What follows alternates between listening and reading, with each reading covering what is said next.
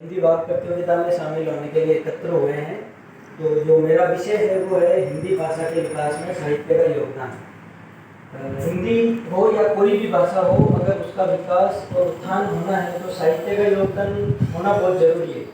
साहित्य एक तरीके से जो गहना होता है इंसान के लिए, गहना या कपड़ा या कुछ भी कह लें, वो साधन है किसी भी भाषा के लिए। और जो हिंदी भाषा है इसका जो साहित्य है वो बहुत लंबा चौड़ा है। सारी बात करनी भी मुश्किल है, लेकिन साहित्य के कई अंग होते हैं। सबसे पहले अपन बात करें तो साहित्य में जो काव्य रूप होता है, जो सबसे सुनने में मधुर भी होता है, और कहना हो या गाना हो उसमें कैसे भी कह सकते हैं, अपन बोल के भी काव्य सुना सकते हैं, गा के भी सुना सकते हैं। तो काव्य रूप में भी कवि, छंद, दोहे इनका उपयोग होता है। और कुछ काव्य होते हैं वो वीर रस से भरपूर होते हैं। जो हमारे जो आदि काल की बात करी थी उसमें वीर रस से भरपूर काफ़ी काव्य प्रचलित हुए थे। और श्रृंगार रस या भक्ति रस, इनकी भी बात करें तो इनके काव्य भी बहुत प्रसिद्ध हैं। वीर रस में बात करें तो चंद्रवदय का प्रतिरस रस हो, भक्ति रस में बात करें तो कबीरदास जी के दोहे, और तुलसीदास जी का रामचरितमानस, और श्रृंगार रस में भी बात करें तो काफ़ी जो हमारे केशवदास जी और बिहारी जी के काव्य हैं प्रसिद्ध हैं।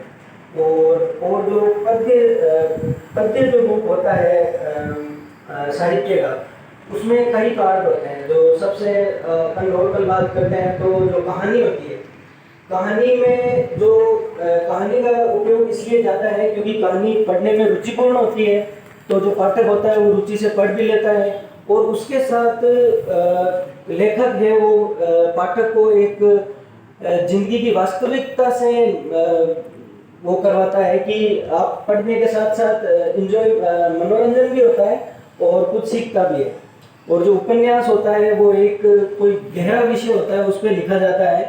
और निबंध जो निबंध है, निबंध में कवि जो होता है वो अपने जो व्यक्तिगत विचार होते हैं उनको एक तर्कपूर्ण तरीके से कहता है।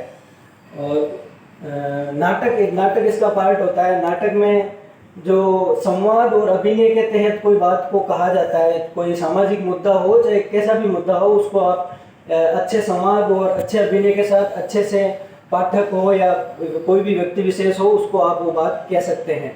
और आत्मकथा होती है और जीवनी होती है, दोनों एक ही चीज़ है लेकिन थोड़ी अलग होती है। आत्मकथा कोई भी लेखक होता है वो खुद की जीवनी पे लिखता है, खुद के जीवन पर आधारित होती है उसके। और जो जीवनी होती है, एक लेखक किसी और की जो जीवन काल होता है उसके आधार पे लिखता है।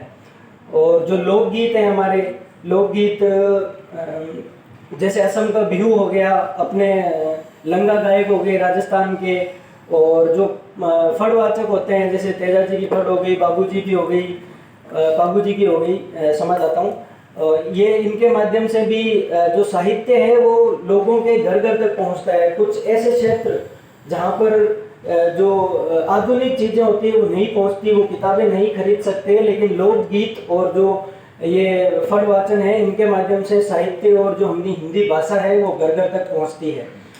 ये तो साहित्य का परिचय हो गया। और साहित्य का क्या योगदान हिंदी के विकास में होता है, तो जो जैसा कि मैंने बताया कि साहित्य हिंदी के लिए आभूषण का कार्य करती है। आज की भाषा में कहें तो फिल्टर का कार्य है। उसके माध्यम से हिंदी है वो भाषा समृद्ध हुई है, उसके पास एक तरीके से अपने हथियार बढ़ गए हैं कि कितने भी भिन्न भिन्न प्रकार के लोग हों, उसके पास वो हर एक चीज़ है जिससे लोगों तक पहुंच सकते हैं, कहानी, उपन्यास, हर चीज़ के माध्यम से। और जो दूसरा चीज़ है कि वो प्रचार प्रसार, तो जितने लोग कहानी पढ़ेंगे, उपन्यास पढ़ेंगे, उतनी ही हिंदी भाषा को प्रचार प्रसार की वैसे ज़रूरत है नहीं। और दूसरे जो कुछ अपने पूर्वी प्रदेश हैं देश के, वहाँ तक पहुँचाने में इनका बहुत बड़ा योगदान है। हिंदी में जो ब्लॉग्स हो गए उनके माध्यम से। और जो अपना स्वतंत्रता आंदोलन हुआ था उसमें हिंदी और हिंदी साहित्य के योगदान को कौन बोल सकता है। हमारे जो सुमित्रा नंदन जी थे, उनकी जो कविता थी खूब लड़ी मर्दानी, वो तो झांसी वाली रानी थी। ये एक बहुत ही वीरतापूर्ण जो गीत था, उसके माध्यम से लोगों में, इसी के साथ मैं अपने शब्दों को विराम देता हूँ।